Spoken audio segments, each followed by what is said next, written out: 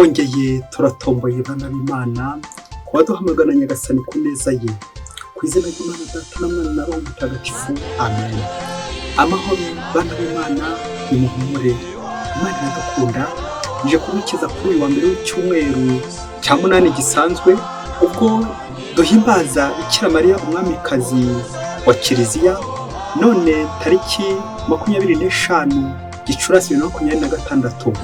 Dore amasomo ajya gutwegereza umubyeyi Bikira Mariya uri kumwe n'intumwa bari gusingiza Nyagasani. Isomo rya mbere nibyo mu bitabo byakozwe n'intumwa, umutwe wa mbere umurongo wa 12 kugeza kwa 14. Bava ku musozi witwa Imizeti bagarukiye Yeruzalemu. Uwo musozi ukaba bugufi ya Yeruzalemu nk'urugendo wemerewe gukora ku isabato. Bahageze bazamuka mu cyumba cyo hejuru aho babaga. Abo ni Petero, Yohani, Yakobo, Andereya, Filipo na Tomasi, Baritolomayo na Matayo, Yakobo na Rufeyi, Simoni umunyeshyaka na Yuda mwene Yakobo. Bose barangwaga n'umutima umwe, bagashishikarira gusenga, bari kumwe n'abagore bamwe barimo Mariya nyina wa Yezu n'abavandimwe be. Iryo ni ijambo ry'Imana. Nyagasani Yezu nabane namwe. Amagambo mu Ivanjili ntagatifu uko yanditswe na Yohani, umutwe wa 19 umurongo 25 kugeza ku 34. Iruhande rw'umusaraba wa Yezu hari hahagaze nyina na nyina wabo Mariya muka Kilopa na Mariya Madalena. Yezu abonye nyina ahagararanye na wa mwigishwa yakundaga, abwira nyina ati, mubyeyi dore umwana wawe. Abwira na wa mwigishwa ati, dore nyoko. Guhera icyo gihe uwo mwigishwa amujyana iwe. Nyuma y'ibyo Yezu wari uzi ko byose birangiye, kugira ngo ibyanditswe byuzuzwe, aravuga ati, mfite inyota. Aho hakaba hari hateretse urweso rwuzuye divayi irura. Bahambira ku rubingo icyango kinitswe muri iyo divayi irura, bakegereza umunwa we. Yezu amaze kunywa kuri iyo divayi irura, aravuga ati, birujujwe. Nuko umutwe uregukira imbere araca. Ubwo hari ku munsi w'umwiteguro wa Pasika, kugira ngo rero imirambo itaguma ku misaraba kuri sabato, kandi iyo sabato ari umunsi mukuru cyane. Abayahudi binginga Pilato ngo bavune amaguru yabo, maze imirambo bayimanure. Nuko abasirikare baraza bavuna amaguru y'uwa mbere n'ayundi wari ubambanywe nawe. Ariko bageze kuri Yezu basanga yapfuye, we ntibirirwa bamuvuna amaguru. Ahubwo umwe mu basirikare amutikura icumu mu rubavu, maze ako kanya havamo amaraso n'amazi. Iyo Ivanjili ntagatifu. Ndakuramutsa Mariya, uje inema uhorana n'Imana, wahebuje abagore bose umugisha, na Yezu umwana wabyaye arasingizwa. Mariya mutagatifu umubyeyi w'Imana, urajye udusabira tw'abanyabyaha kuri ubu n'igihe tuzapfira, amen. Bayoboke b'Imana, nimugire amahoro. Turabasuhuje, nimugire Yezu na Bikira Mariya. Ngaho buri wese aze gusubiza uko Roho y'Imana muhaye kuvuga mu ndimi. Ejo twahimbaje umunsi mukuru wa Pentekoste. Pentekoste twibutsa yibukiro rya gatatu mu yibukiro y'ikuzo Roho Mutagatifu abonekera ku ntumwa, dusaba inema yo gukomera mu by'Imana. Hari ikintu gikomeye mu mateka kandi koko tugomba kubahiriza, ngo Bikira Mariya na Yezu ntibigera basiganwa. Iyo umwe ahari undi nawe bahari, umwe ashobora kugaragara undi nawe ari hafi, bombi barajyana. Yezu ahari, Bikira Mariya bahari. Aho Bikira Mariya na Yezu bahari, Yezu nk'umwe mu batatu batagatifu, mu butatu butagatifu, nawe ahari ubutatu butagatifu bwose buhari. Niyo mpamvu twumvise kuri Pentekoste Roho w'Imana amanukira ku ntumwa, ubutatu butagatifu ari bwo bukoraniye aho ngaho. Rero n'ikimenyimenyi Bikira Mariya ari kumwe n'izo ntumwa. Uko tubizirikana bari mu cyumba cenaculum, cya cyumba cyo hejuru, Bikira Mariya ari kumwe nabo. Impamvu nta yindi nuko Yezu amaze gusubira mu ijuru, intumwa zakomeje kugira ubwoba zitari ko abantu bishe Yezu, twebwe bazadukorera iki? Niba baragenje baki igiti kibisi, icyumye bazakigendeza bate?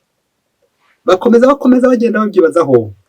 Ariko tubona Bikira Mariya abahora hafi, tubona Bikira Mariya ari kumwe nabo kugira ngo abahumurize, abagirire neza, abafashe.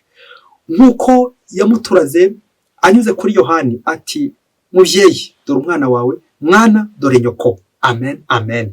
Ibi nibyo twumvise uyu munsi. uyu munsi uhimbazwa kugira ngo twibutse ko Bikira Mariya agumana natwe. Kongera twibutse nanone ko turi mu kwezi kwa Bikira Mariya, ukwezi kwa Rozari, aho twiyambaza Bikira Mariya umubyeyi w'Imana, umubyeyi wa Kiliziya. Iyi tariki rero ya none 25 ku wa mbere wa Pentekoste twibuka Bikira Mariya umubyeyi wa Kiliziya. Niyo yituzinduye none. Ingingo remezo idufasha guhimbaza amasomo y'uno munsi ndetse n'umubyeyi Bikira Mariya tumwiyambaza iragira iti gusengana na Bikira Mariya. Iyo wasenganye na Bikira Mariya ugera ku Mana. Iyo wasenganye na Bikira Mariya ugera ku bavandimwe. Iyo wasenganye na Bikira Mariya umererwa neza ukabaho neza.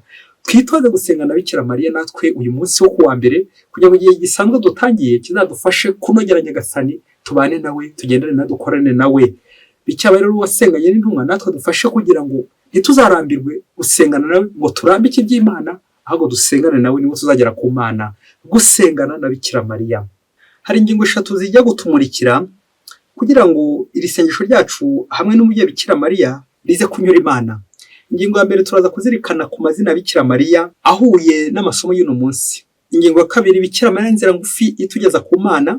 Ingingo ya gatatu abamwiyambaje icyo babonye, abamwiyambaje aho bageze. Reka duhere ku ngingo ya mbere ku mazina. Bikira Mariya agira amazina menshi.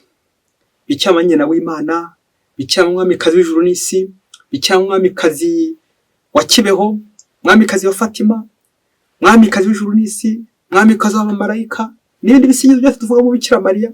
Ariko uno munsi Kiliziya dusaba gutinda ku gisingizo cyangwa ku izina ryitwa Bikira Mariya umubyeyi wa Kiliziya.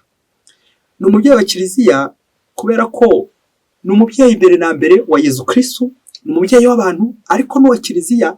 Tuzirikana Kiliziya ibona izuba kuri Pentekoste, igatangira imirimo yayo mishya ubutumwa bwayo kuri Pentekoste ku buryo ku mugaragaro.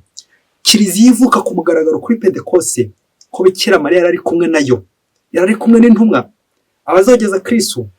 Kiliziya, ukuvuka kwa Kiliziya, Kiliziya yabayeho mu bigereranyo byinshi muri Bibiliya guhera mu isezerano rya kera, umuryango w'Imana uteranye.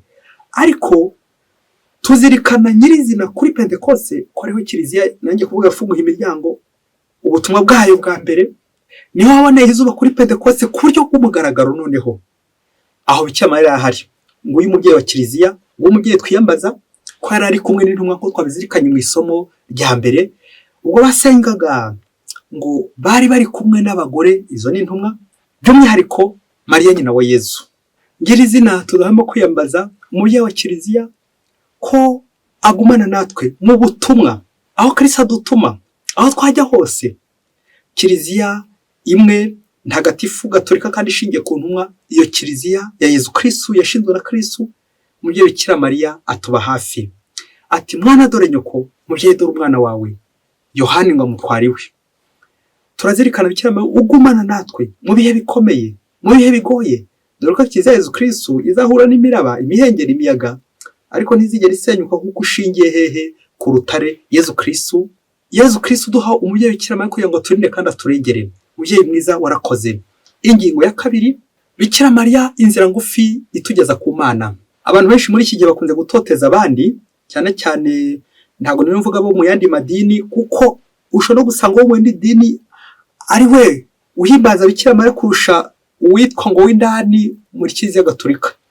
Ahubwo ndashaka kuvuga bamwe mu bayobe bagenda batonya bati Bikira Mariya musenga, ntimuzi ko ari umuntu, musenga amashusho, musenga Bikira Mariya, izo shapure zanyu za hato na hato, uki mupfukamira ibigirwamana, uki musenga abantu. Yego nibyo, Bikira Mariya ni umuntu pe, kandi ntawe utabyemera, ni umuntu. Ariko Imana twongeye twibutse ko Imana itari kiva hejuru, igira aho inyura ku bantu igana ku bandi. Turazirikana Bikira Mariya Imana yanyuzeho isanga abantu igihe abyaye umwana w'Imana Yezu Kristo. Imana ikaba umutoranyije mu bakobwa abandi benshi cyane, akanyura aho ngaho kwa Bikira Mariya. Nguko rero ko Imana yaje munsi, Yezu Kristo abyarwa nande na Bikira Imana, umubyeyi w'Imana Bikira Mariya. Turazirikana uburyo Bikira Mariya Imana yamwizeye ikamunyuraho, ikamuha iyo mpano, ikamuha iyo ngabire, iyo favere. Kuki Imana nyura ku Bikira Mariya isanga abantu? Ngewe nabuzwa n'ikinyura kuri Bikira Mariya nsanga Imana kandi ndi umuntu. Aho niho benshi tujya dutsindirwa, tukibwira ko Bikira Mariya nyine tumusenga nk'ikigirwamana cyangwa nk'indi mana ya kane. Abenshi bavuga ngo Imana ni eshatu, kongeraho Bikira Mariya, ubwo ni ubuyobe. twongere tuzirikane ako gaciro Imana ha Bikira Mariya. Ndinde simple masomo kejusi kugira ngo njye sinyura aho ngaho. Abandi batimbo muvugisha kure izo shene zanyu byo biziriko byanyu biheko byanyu. Ni byiza ujye usubiza uti yego rwose icyo ni ikiziriko, ariko ni ikiziriko kituzirika nabijuru, kiduhuza nabijuru. Mbega byiza shene mu cyongereza iyi ni cano yacu, shene ya buri munsi, shene y'ijambo ry'Imana, umuyoboro tunyuramo tugera gute tugana Imana, uwo ni buri munsi. Ngaha rero iki kiziriko muvyeyi ugikomereho, undi Bikira Mariya n'utuzirika nabijuru. Iyo ndi kuvuga ndakuramutsa Mariya nkongera n'indi mba ndi kugenda ngenda simbuka ngenda nsatira ijuru, nsatira bijuru, nsatira Bikira Mariya, nsatira Imana. Aha rero niho duhurira n'Imana kwa Bikira Mariya muri ino shapure ituzirika nabijuru, tukagenda tuganira na Bikira Mariya uko dusenga. Ntabwo dusenga Bikira Mariya, ahubwo Bikira Mariya afatanya natwe gusingiza Imana. Ngiye ni hego remezo yacu uno munsi, gufatanya na Bikira Mariya dusingiza Imana. Iyo rero mvugisha pure nawe ukayivuga, tuba turi gufatanya na Bikira Mariya usenga mu kigo cyacu, udusengera, usengana natwe. Nakurya yari ari kumwe n'abigishwa n'intumwa muri senakoro bari gusingiza Imana, bari gusenga. Roho Imana akajya gute akamanukiraho. Ngiyo Pentekoste duhimbaza tuzirikana ko Bikira Mariya tutamusenga, ahubwo atugirira impuhwe, agafatanya natwe, tukifatanya dusenga Imana. Kuko nawe ni ikiremwa, agira igihe cyo gusenga Imana, agira icyo gushengerera Yezu mu Karisiya, akamutwara akagumana amezi 9 yose, akamuherekeza no ku musaraba, agakomeza aherekeza n'intumwa ze ari kumwe nazo aha muri senakoro bari gusengana. None iki gihe cy'amara cyakora turacyari kumwe, aratuvuganira. Ngiye inzira ngufi igera ku Mana, ngiye ishene rwose ntuzayice, uzacishene biramureba, uzacishene biramureba, ahubwo ugenda uyisoma. Abantu benshi muri nosi twisomera ku rwago, tugasoma icupa, tugasoma inzoga, tugasoma ibinyamakuru byinshi cyane, tugasoma ingeso mbi nyinshi cyane, ariko ujye wicara ugasoma ishapure, ukaganira na Bikira Mariya, ukagenda na Bikira Mariya, ugasaba na Bikira Mariya, icyamaka kuzirika ku Mana. Ubyibazeho nanjye ndacyari ko byibazaho. Ibyo ntibyatubuza kujya ku ngingo ya 3, turebe ubuhamya bw'abiyambaje Bikira Mariya uko bigenda. Waguha ijambo nawe wavuga uburyo cyangwa njya gutabara mu rugendo rwawe, mu buzima bwawe, mu bibazo byawe, mu madeni yawe, mu bisubizo byawe, aho wagize ibibazo byinshi mu buzima, ukavuga utejo ntibizarangira noneho. Ariko abamwiyambaje barahirwa.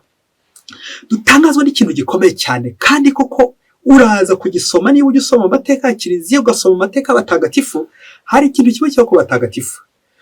Abatagatifu benshi ngewe abonzi, ntabwo nzi benshi, ariko abonzi nabagiye biyambaza Bikira Mariya, nabafite ibanga rikomeye na Bikira Mariya, nabafite umwihariko kuri Bikira Mariya, nabagiye bavuga ino shapure wa mubyeyi.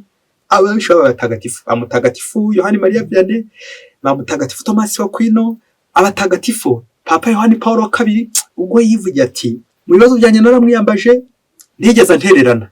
N'abandi benshi cyane bagiye bamwiyambaza, icyama ntawe yigeze atererana. Kubona abandi baramwiyambaje bagahirwa bakamererwa neza, ngiye ntabuzwa n'iki nanjye kumwiyambaza. Niba Imana yaramwiyambaje ikatugeraho, ngiye ntabuzwa n'iki kumwiyambaza. Aha aho hantu hajya ducanga abantu benshi, ku buryo kubera kurambirwa no kurambirwa kwacu, hari Bikira Mariya se hari cyaza kumarira, hari abo yakimariye. Nanjye rero mwizeye nkamwiyambaza, nanjye yakimarira. Ngabo abanyura kuri Bikira Mariya batazigera batereranwa, batazigera baburagirwa. Unyuze wese kuri Bikira Mariya agera ku Mana. Inzira ngufi, muvyeyi utagira ukwasa, muvyeyi tuvuganira. Gusa kubera ubunebwe abantu benshi ntibakivugisha pure, n'abayivuga ntibayivuga uko bikwiye. Abantu benshi bagize ubunebwe, ujye usanga ishapure twarayirambitse, benshi barazimanitse ntawamenya aho twazishyize. Bikira Mariya yongera gutwibutsa ko tugendana nawe, dusengana nawe. Dore rero niba udafite ishapure kakubayeho, muvyeyi ngiye kuguha ku buhamya buke, uraza gusanga ufite bwinshi kundusha ku muvyeyi Bikira Mariya, kuko ntitwabuvuga ngo tuburondore. Ni bwinshi pe. Bikira Mariya akorana n'abakristo, abari muri Kiliziya, abari gukorana na Kristo. Kwa kundi nyine imiti ikoranye. Umunsi umwe ngo abagore babiri bishoke ko bari bavuye gusenga, bombi bavuye mu Kiliziya, bavuye mu misa, ariko bakaba bari bafitanye akantu batumvikanaho, barashwanye. Nuko ngo bageze mu nzira, umwe abwira mugenzi we ati umva rero tugiye kurwana, twongere turwane, nkurikije uburyo umpemukira tugiye kurwana. Nuko mu kurwana baza kubikora bambaye amashapure. Uwo mugore rero wari ufite amahane abwira mugenzi we ati umva rero ngiye gukuramo ishapure ubundi ngukubitira umusega. Wa mubyeyi ahita ayikuramo bishoboke ko yanayiciye akayijugunya hirya ati sinongera no kuyambara atobe cyamata aza no kundakarira nuko ayikuramo yihuse ayijugunya hirya. Maze rero arifora ngo agiye gukubita mugenzi we mukubita munogo ubundi baze kumuvanaho mujyana kwa muganga mugenzi we nyine amaze gukubita. Ubwo arifoye bishoboke ko yafashe igiti niba ari n'umuhoro ajya gutangira kumukubita ari kumutonganya bikomeye cyane dore ko ishapure nyine yayijugunye hirya. Ako kanya abanyamutekano bari bari muri quartier aza kumva induru ndetse n'akavuyo umugore ari guteza amahane amakimbirane iyo mirwanira aho ngaho biza guhura ko hari indara zaje kwiba ihene z'abaturage. Izo ndara zikaba zibye ihene z'abaturage nuko abanyamutekano bafatanya n'izo ndara bari gushaka baza kugera naho ngaho uwo mugore ari gushaka kubita mugenzi we maze bahita baramuyora nko mu ndara zindi ati nawe ujya gufungwa usobanura iby'izi hene. Ako kanya n'amahane menshi yari afite bahita baramuriza ati tugende ujya gusobanura nawe iby'izi hene birashoboka ko ari wowe wibye zino hene bitewe n'induru yawe n'umutekano muke uri guteza. Baramujyanye bagiye kumufunga. Kamwanya ubwo bavugaga bati ko biri kose uyu nguyu we bishoboke ko avuye gusenga kandi turabona tuje yari yambaye n'ishapure ati ikimenyetso bishoboke ko avuye gusenga dore ko yambaye ishapure. Baramuretse batwara undi wundi nyine wari wayikuyemo. Hanyuma mu gahe gato haza gutambuka umuntu wabonaga uwo mugore nyine wari uvuye gusenga wakomeza kumwitegereza ngo yari umushyitsi nyine muri quartier hafi aho ngaho akomeza kwitegereza wa mugore. Bigeze baramubwira ati umva wa mugore we nagukunze reka ngwire icyo nagukundiye ngukundiye ko wambaye ishapure ukundiye ko utuje byambaye ishusho ya mama bishe yambaye ishapure bamwishe yambaye ishapure nawe rero nakubonye bitanibuka uburyo mama yari yagiraga neza yagoga neza n'ubwitonzi bwe akaba aramwishe mu kumushyingura ngasanga yambaye ishapure. Icyo nicyo kindiye kugukunda.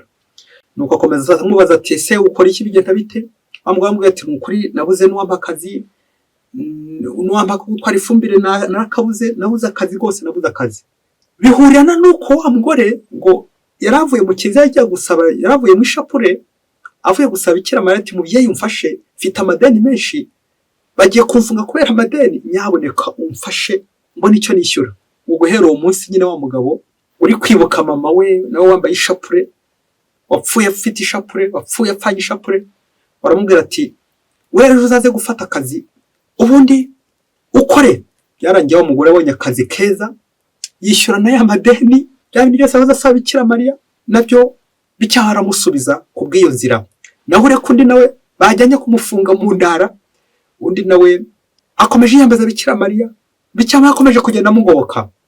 Bayoboke b'Imana Yezu Kristo akuzwe. Aha nawe niwambura ishapure yawe baza kujyana mu ndara muri za mayibobo mu ngegera.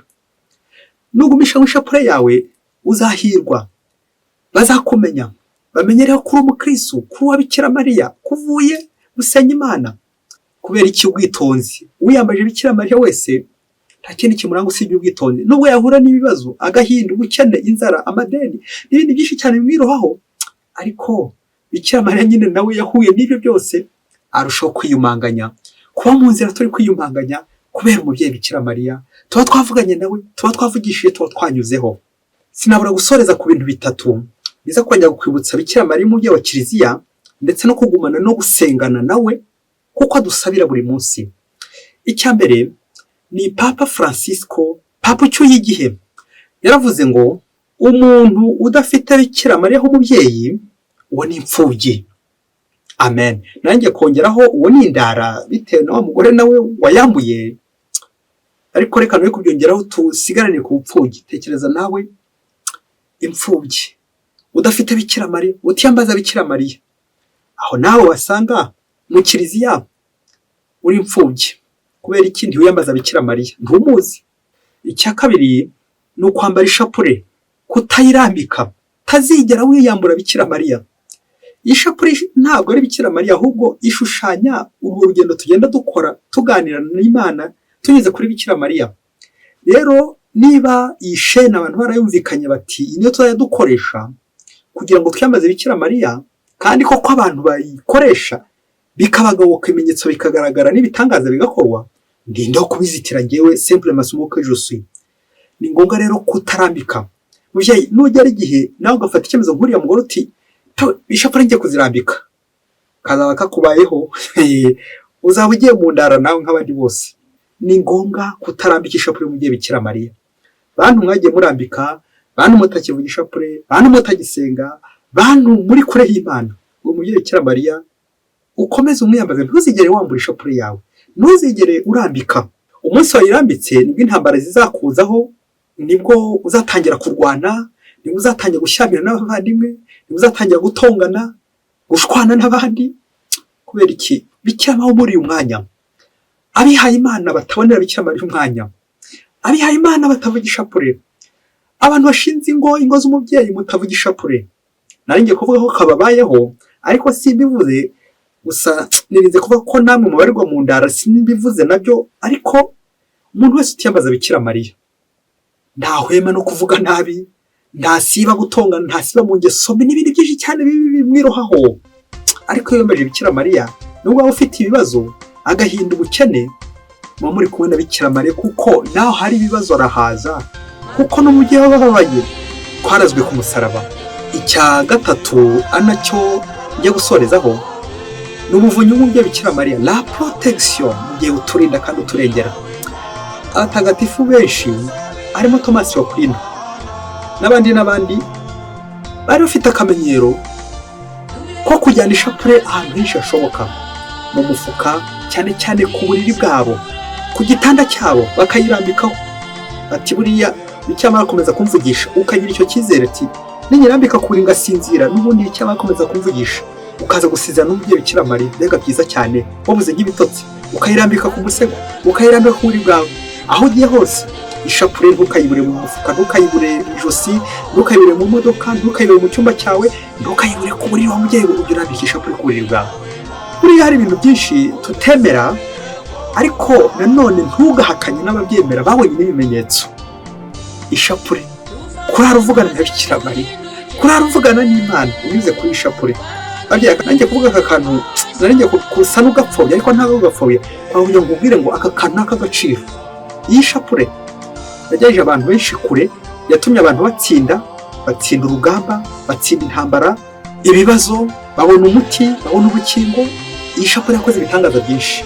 Nawe nanjye icyama dutumiye kugira ngo ntitugeye turirimba ngo umubyeyi wa Kiliziya gusa, umubyeyi w'Imana Bikira Mariya, Bikira Mariya, ariko utarigera na rimwe uvuga ishapure. Abiyambaje Bikira Mariya, abasaserdoti, abihaye Imana, ababikira, abafrere, abashinze ingo, nta nemwe tutavuga ko twiyambaza Bikira Mariya. Ariko se ntibyari ujya wiherera ukavuga ishapure wowe ku giti cyawe. Icyo nsorejeho rero ni nk'umukoro, buri wese burya ikintu ukunda ushobora no kugitangiraho. Narinjye kuvuga ukanagisorero nta nicyo bikwaye, kwimenyereza kuvuga ishapure mu gitondo mbere y'imirimo, ukajyana n'umubyeyi Bikira Mariya, mukajyana agakumurikira mu butumwa bwawe. Byaba bibabaje kubona wazinduka mu gihe mu butumwa ariko utigeze uvugana na Bikira Mariya, kandi ko agumana n'imbabazi, akazifasha kogeza inkuru nziza, akazifasha gukomera.